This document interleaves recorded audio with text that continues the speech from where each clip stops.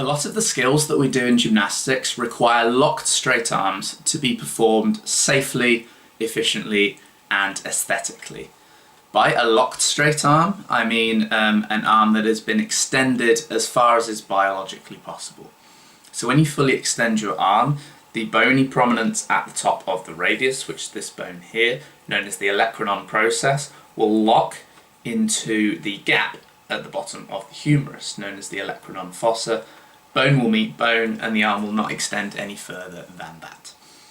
Due to genetics, genetic variation, everybody's joints in everybody's body is very slightly different. Now, normally in a hinge joint, that's the elbows and the knees, the joint will lock at about 180 degrees, but genetic variation means that some people's joints will lock at a slightly smaller angle than that. Some people can't fully extend their arm, and some people will be able to lock their arm past 180 degrees. And if your natural lockout is more than 180 degrees, then you are considered to have a hypermobile joint. Sometimes a joint can be pushed past its natural range of motion in an accident. So for example, if somebody fell over and landed on a straight arm and it pushed their elbow backwards beyond where it normally goes to, this would be an acute hyperextension. And this is obviously not good, this is not healthy. This would be extremely painful, and depending on how severe the fall is, could potentially have lasting damage to that joint. However, this is very different to this natural hyperextension where somebody's elbow just allows them to go further than 180 degrees. Regardless of how somebody's elbow joint may look, assuming they've not been injured and it's a healthy joint, their lockout at beyond 180 degrees will feel very normal and very stable to them. Regardless of the anatomy of somebody's elbow joint, their elbow is at its most stable when it is fully locked out.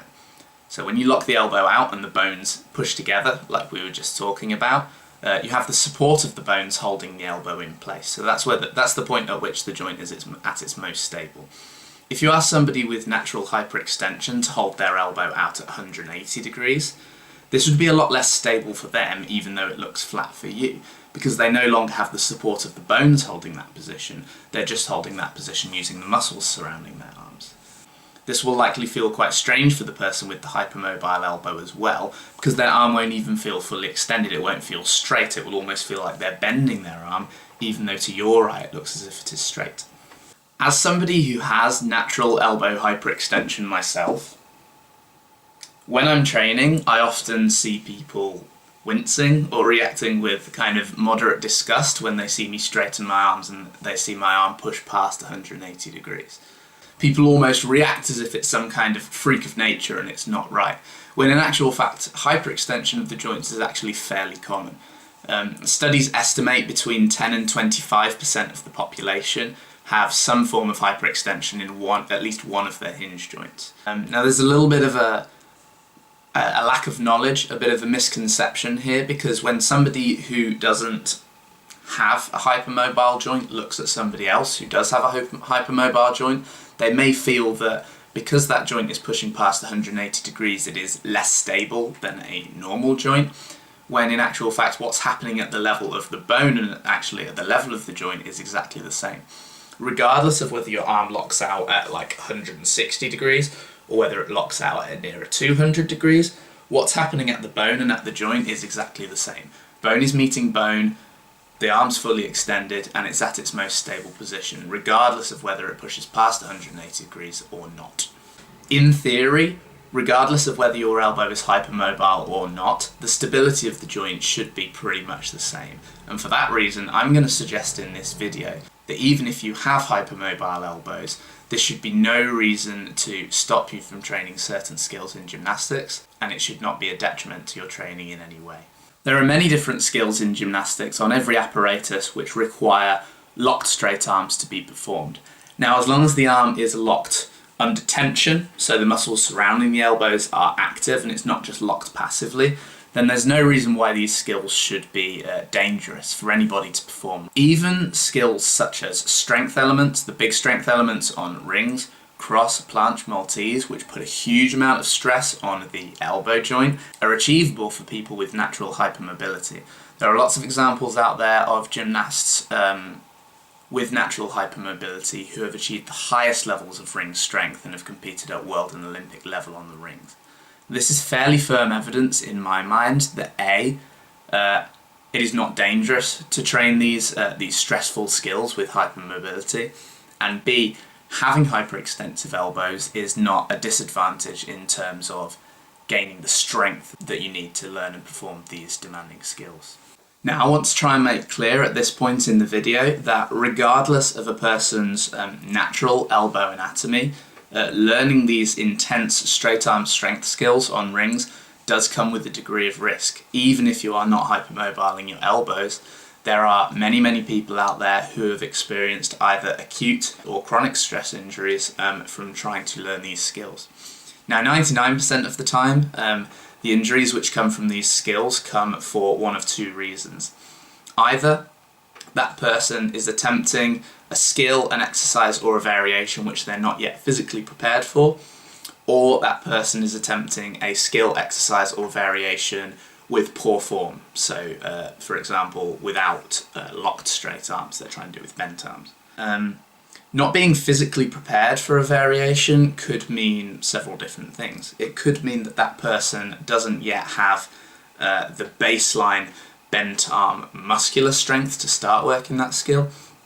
It could mean that they don't have the specific straight arm muscular and tendon strength to be working on that skill, or it could mean that that person's not yet physically developed.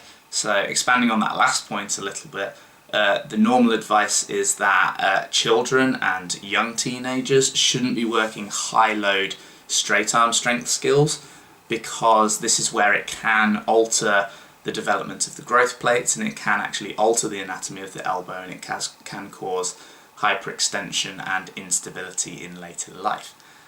Normally we advise, obviously every athlete is different, but we would normally advise to not start training seriously for straight arm strength skills until towards the end or after puberty, normally between 13 and 15 years old. So I myself am somebody who has struggled with elbow injuries quite a lot over the years, so I'm going to try my best to kind of help you guys learn from my mistakes. At the moment I'm carrying two separate injuries in my left elbow, both of which I obtained from my training for the cross on the rings, which I can now do, but I have paid the price for. So the first injury was a partial tear to the common flexor tendon, which is on the side of the elbow here. Now this happened very early on in my cross training. I attempted a full bodyweight cross when my body was just not ready for it yet. And because of that, I had to bend my arms, I had poor form, and this tendon was just not physically capable of withstanding the strain that I was putting through it, and it partially tore. This was well over a year ago, and it's still not back to 100%. The second injury which I have in my elbow is right on the back of the elbow here. It's more of a chronic stress injury, this one. It didn't happen on one given instant, and it's a bit of inflammation at the back. It's called an elbow impingement injury. And it's just from lots and lots of work with the arm fully extended. Now, for a long time I blamed this elbow impingement injury on my natural elbow anatomy. More recently I've come to realise that there's no reason why I should be blaming my natural anatomy, and there actually were things that I could have done to help prevent this injury, and there are things which I can do to help make it better going into the future. So I came across some weightlifting standard tables on the internet, which is quite an interesting thing to look at if you've not looked at them before. It tells you how much you should be lifting for each different weightlifting lift for your body weight, if that makes sense. So I noticed for somebody of my body weight with my bench press 1 rep max, my barbell curl 1 rep max should be a lot higher than it actually is at the moment. So this tells me that relative to the strength in my chest and my shoulders, the strength in my biceps is actually a lot lower than it should be. Thinking about this reminded me of something many years ago when I first started working out in a weights gym. My old gym training partner got me to do an exercise where we would get some dumbbells, we would curl them up and then press them overhead, so we're kind of combining different movements and different muscle groups. And he always used to tease me and laugh about how I would struggle so much with the curl and then do the overhead press so easily. we laughed about it at the time. I never really thought about it very much at the time, but now that I think back at it, I think that is early evidence that for whatever reason my biceps are not as strong as they should be. And I'm now working very, very hard in my training at the moment to strengthen up this particular muscle group to protect the elbows better for my straight arm training in the future. So regardless of what type of elbows you were born with, I want to give you guys 3 key pieces of advice to kind of take away from this video. So take home message number 1 is to build up a good baseline layer of bent arm strength before you start working straight arm skills. And whilst you're working up towards straight arm strength skills, keep that bent arm strength ticking over. You should be training your bent arm strength almost as much as you are training your straight arm strength exercises. The stronger your triceps and your biceps, the muscles surrounding the elbow, are, the more well protected that joint is going to be, particularly the biceps, because tension from the biceps pulls the elbow into flexion, and it's going to reduce the amount of tension that you feel at the back of the elbow. My second piece of advice is, regardless of what level you're at, whether you're just starting or whether you're getting close to achieving a skill, always perform with your arms locked straight. If you start working the skill with your arms slightly bent, you're not going to develop the tendon strength that you need for the full element. You're not going to prepare yourself properly for the full thing. If you're working a exercise or a variation and you find your arms bending because you're not able to hold them straight, then that exercise is too difficult for you at the moment. Take a step back, be patient, be consistent, build up to it when you're ready.